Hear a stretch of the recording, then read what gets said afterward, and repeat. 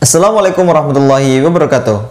Halo sahabat cerdas, kembali lagi bersama Kak Irbab. Di video kali ini kakak ingin melanjutkan pembahasan tentang alat optik, yaitu tentang mikroskop. Jadi simak video ini sampai habis dan tetap fokus.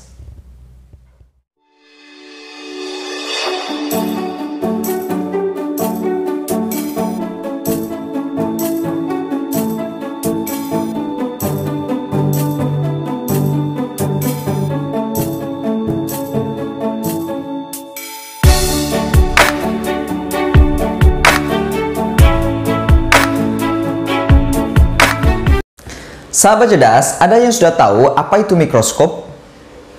Mikroskop terdiri dari dua kata dalam bahasa Yunani, yaitu mikros dan skopein.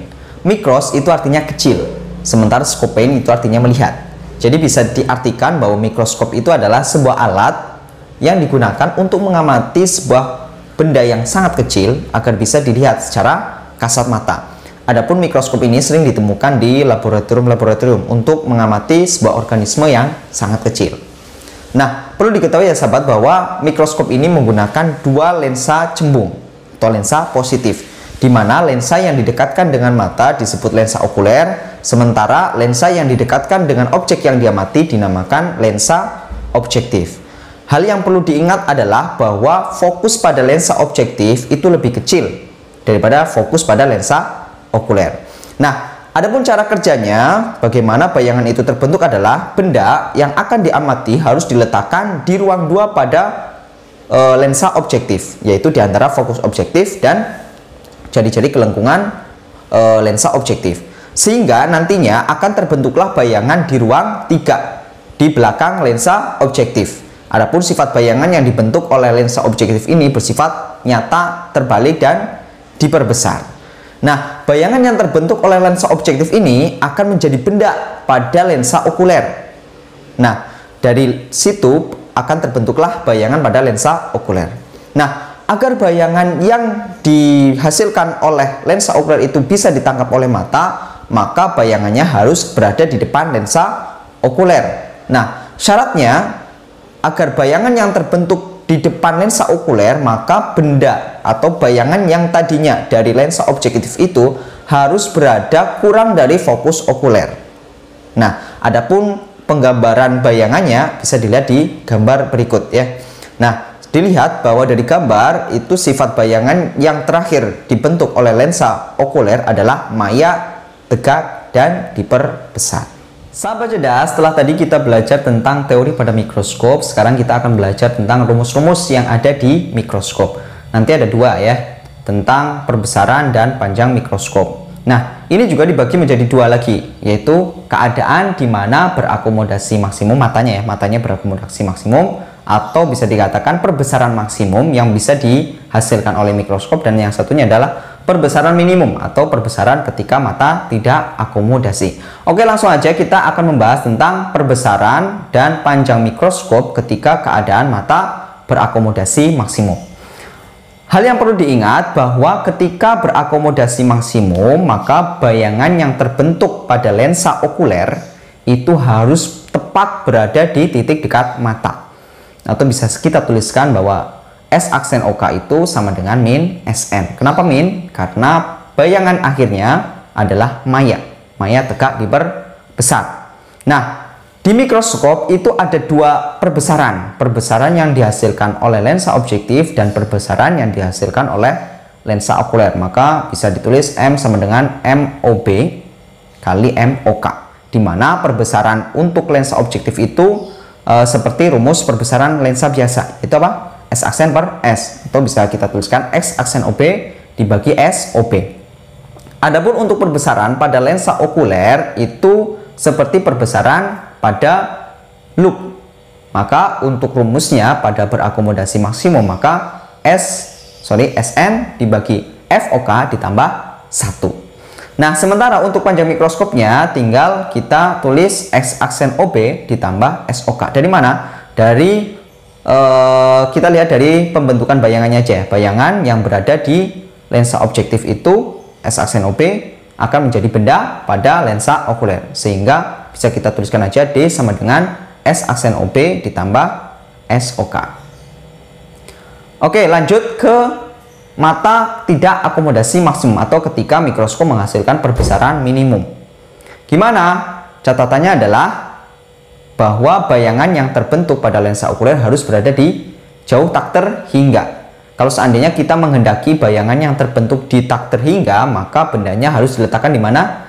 Di fokus. Artinya bayangan yang terbentuk pada lensa objektif itu tepat berada di fokus okuler, sehingga bayangannya yang terbentuk di okuler itu jauh tak terhingga, sehingga mata kita rileks. Maka yang perlu diganti adalah untuk perbesaran pada okulernya aja, yaitu pada rumus loopnya. Berarti untuk perbesarannya MOB kali MOK sama nanti S aksen OP per SOP dikali SN per FOK.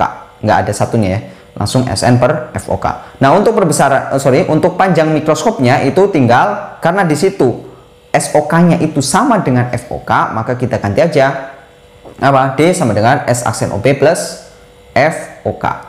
Oke, nanti lanjut kita ke contoh soal aja biar lebih paham. Baiklah sahabat cerdas, di sini kakak sudah punya soal SBMPTN tahun 2014. Lensa objektif sebuah mikroskop mempunyai jarak fokus 2 cm dan jarak fokus lensa okulernya 4 cm. Benda diletakkan pada jarak 3 cm di depan lensa objektif. Agar pengamat dapat melihat benda menggunakan mikroskop tersebut dengan mata tidak berakomodasi, jarak antar lensa okuler dan lensa objektif adalah berapa? Nah, yang ditanyakan adalah jarak antar lensanya pada keadaan tidak akomodasi. Oke, sebelum kita mengerjakan, alangkah lebih baiknya kita tuliskan dulu variabel-variabel yang sudah diketahui. Yang pertama ada fokus objektif, yaitu 2 cm. Fokus okulernya 4 cm. Dan jarak benda dari lensa objektif atau SOB sama dengan 3 cm. Nah, untuk mencari panjang mikroskop, kita punya rumus D sama dengan S aksen OP plus FOK. Ini rumus untuk keadaan mata tidak akomodasi. Dari rumus, kita tahu bahwa ada satu variabel yang belum diketahui, yaitu S aksen OB, sehingga kita tidak bisa menemukan panjang mikroskop. Ya, maka kita harus cari dulu S aksen OB-nya. Lewat mana? Lewat rumus lensa, yaitu 1/4 FOB sama dengan 1/4 SOB plus 1/4 S aksen OB. Kita ganti variabelnya yang sudah diketahui, jadinya 1/2 sama dengan 1/3 ditambah 1/4 S aksen OB. Kita pindah ruas ke kiri ya, yang 1/3 ya. Jadinya 1/2 min 1/3 sama dengan 1/4 S aksen OB. Atau bisa kita tuliskan dengan mengganti penyebutnya dulu, yaitu 1/4 S aksen OB sama dengan 3/6 min 2/6. Jadinya 1/4 S aksen OB sama dengan 1/6. Jadi S aksen OB-nya adalah 6 cm. Nah, berhubung sudah diketahui S aksen OB-nya, kita masukkan aja ya ke rumus panjang mikroskop. Ya, D sama dengan 6 ditambah 4. FOK-nya adalah 4. Jadinya jawabannya adalah 10 cm. Mudah ya?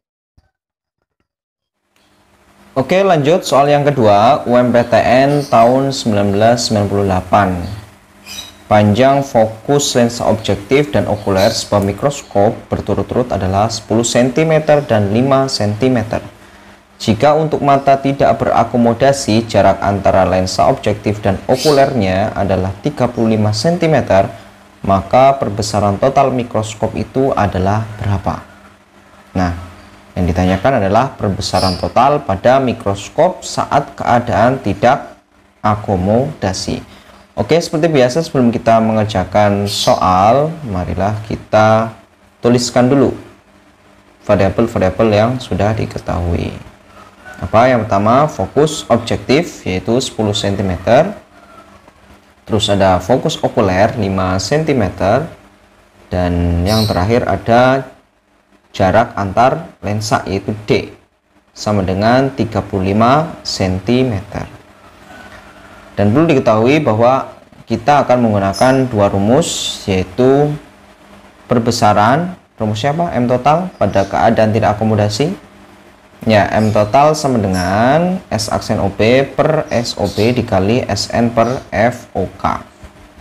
Dan D sama dengan S aksen OB plus FOK ya. Jadi kita pakai dua rumus ini. Oke, karena kita akan mencari perbesaran total, maka yang harus kita ketahui, jadi variabel-variabel yang harus kita ketahui bahwa ada S aksen OB, SOB, SN, FOK. Oke, untuk SN sendiri itu sudah ada ya sebenarnya, 25 cm.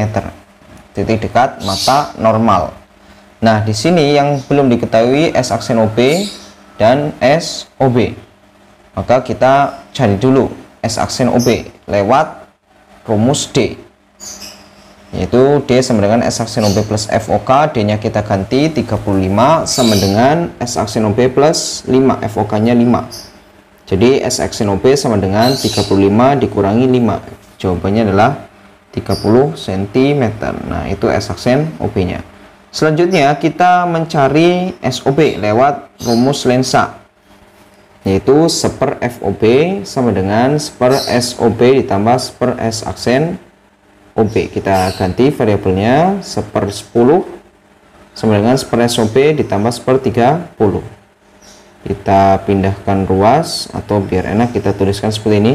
Seper SOB sama dengan seper 10 min seper 30. Kita samakan penyebutnya sehingga menjadi seper SOB sama dengan 3 per 30 min seper 30.